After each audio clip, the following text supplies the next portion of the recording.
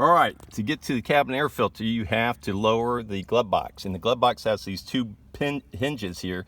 You just kind of push in a little bit and it'll release. And as I can see here on the inside, I probably wasn't getting air getting in there because this is packed up with tissues or rags from Taco Bell. So if I'm not mistaken, this is where the air filter, cabin air filter is going to go. And it's a little, I don't know if you can see there. Let me see if I can zoom in. There's a little clip. Pull down, it opens up the casing. Oh man, look at that bad dad.